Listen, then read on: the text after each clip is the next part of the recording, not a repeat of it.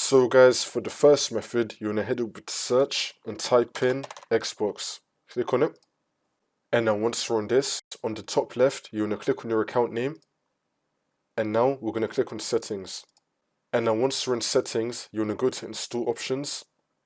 And now once we're here, it's going to be saying, change where this app installs games by default. Make sure that you have your correct folder selected. Now once you've done that, see if that works for you. If that's still not working, then for the second method, you want to head over to search and type in run. Click on it. And now once the run box appears, you want to go to the description to copy and paste the code which will be there. It's going to start with ms-windows-store.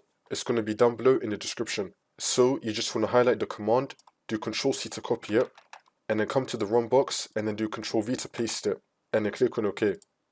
Which is now going to open up the Microsoft Store, and it's going to be saying gaming services. If you don't already have it installed, then you want to click on get, and then click on yes.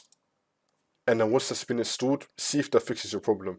If that's still not working, then for the second method, we're going to head over to search and type in Xbox. Now you want to click on app settings. And then once you're on this, we're going to scroll down and then click on terminate. Now you want to click on reset and then click on reset again. It's now going to reset the Xbox application.